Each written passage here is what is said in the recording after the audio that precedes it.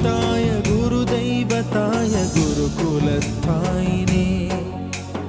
गुरुविक्रमाय गुह्यप्रवराय गुरवे गुणगुरवे गुरुदैत्यकलक्षेत्रे गुरुधर्मसदाराध्याय गुरुपुत्रपरित्रात्रे गुरुपाखण्डखण्डकाय गीतसाराय गीततत्त्वाय गीतगोत्राय धीमहि